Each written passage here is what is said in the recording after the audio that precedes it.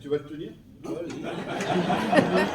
on se plaisante. Allez, essayez de faire comme ça sera plus simple. Je m'embête du tout. Allez, voilà. Bien, je veux vous rassurer quand même, je ne chanterai pas, je n'ai pas ce talent qui est celui de Sandy. Ah oui, je comprends.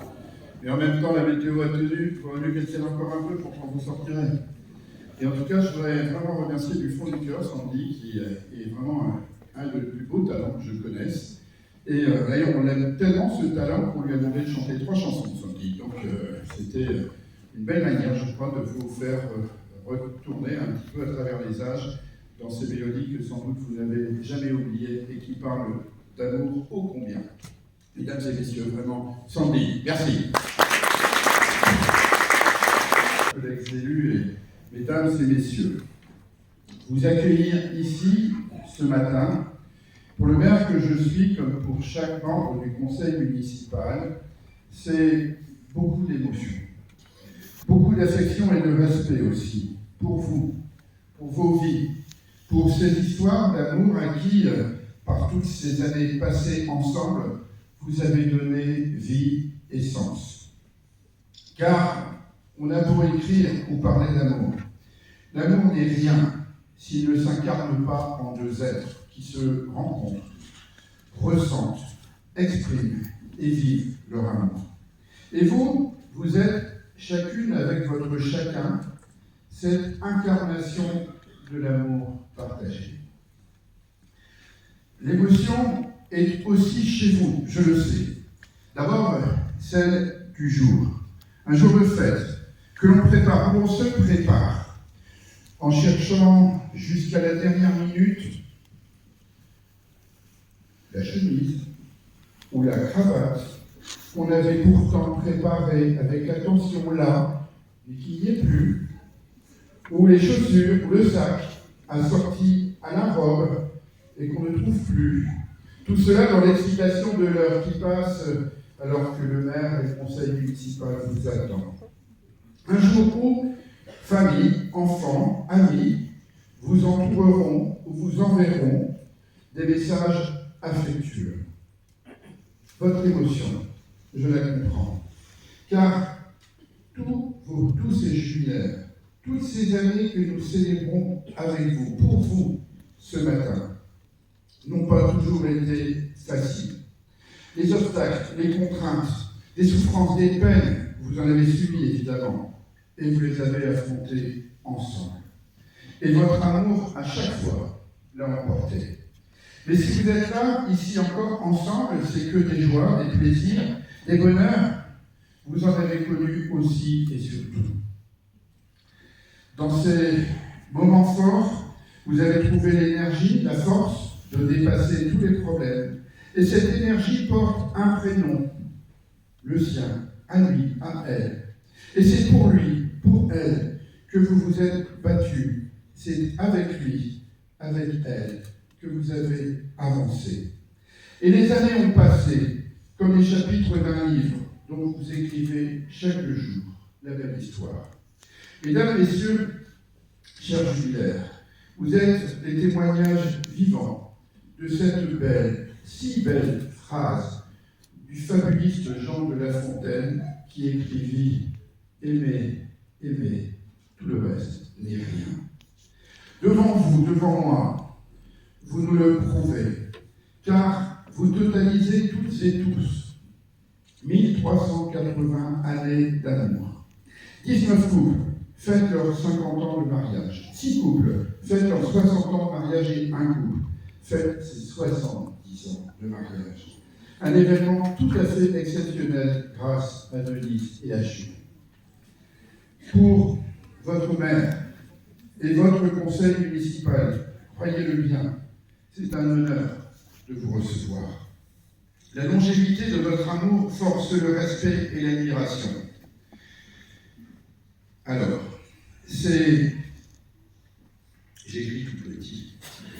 Ceux qui sont déjà venus à cette cérémonie le savent. Nous allons regarder ensemble dans le rétroviseur de votre vie à deux. En effet, pour évoquer le film de votre vie, je vous propose de remonter le temps et de revenir à l'année de vos unions respectives, de nous remémorer le monde d'alors, ce qui se passait sur le plan international et en France, mais aussi, bien évidemment, à Waterloo, si vous y résidiez, et en évoquant aussi et surtout des mots, des mélodies, qui sont ceux et celles de vos jeunes années. Alors, d'abord, 1953. 1953, c'est l'année de votre mariage, Denise et Jules, que je suis infiniment heureux de recevoir ce matin pour, mesdames et messieurs, leurs 70 ans de mariage.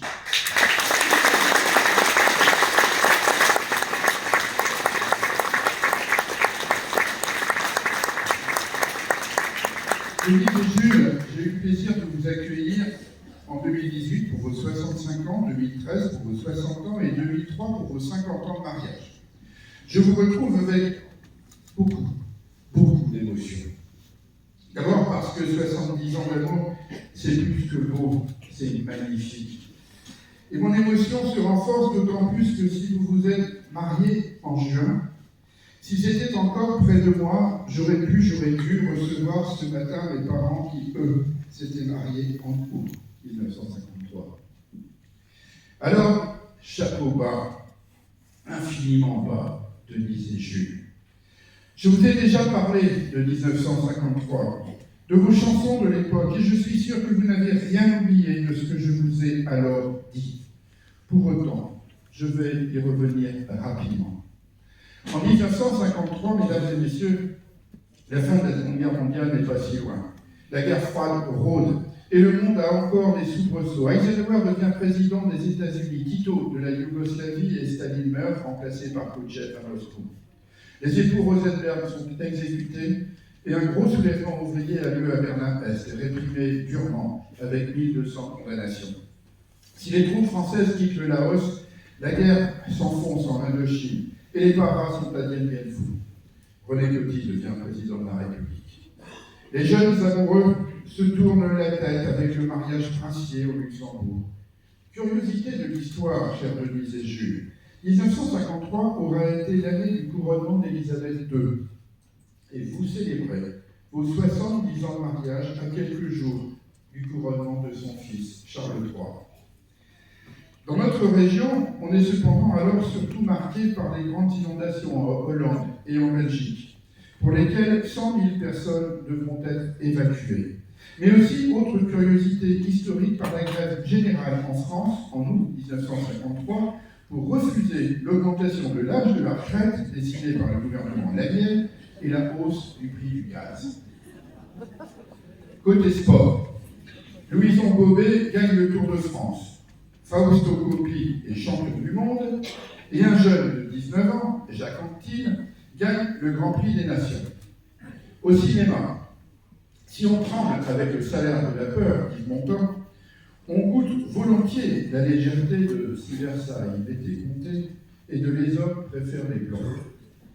À Waterloo, en 1953, l'actualité est surtout politique. L'ancien maire François Berriot décède, et ce sont les élections municipales qui sont la grande surprise. Alors que les communistes ont plus de voix que les socialistes lors de la réunion d'installation, c'est le maire socialiste Albert Bonte qui est réélu par le conseil municipal. Il y aurait eu ce soir-là, me dit-on, une ambiance très musclée à l'hôtel de ville et surtout à la sortie. Waterloo est marqué par une grosse explosion de gaz, rue Juguet, un gros incendie chez Sion, au Sapin Vert, et les Waterloosiens se mobilisent pour les victimes des inondations à Hollande. Le quartier du Sapin Vert, qualifié, je cite, par la presse de déshérité et éloigné, n'a plus de facteurs et proteste. La jeunesse, en 1953, profite de l'insouciance de son âge, à l'image du film Singing in the Rain. Chantons sous la pluie symbolise bien cette envie de bonheur. On chante, on mange, les bonbons, caramels, esquimaux, chocolat d'Annie Cordy. On attend que les dimanches s'amènent pour aller danser avec Roger Pierre et Jean-Marc Thibault. Tout ça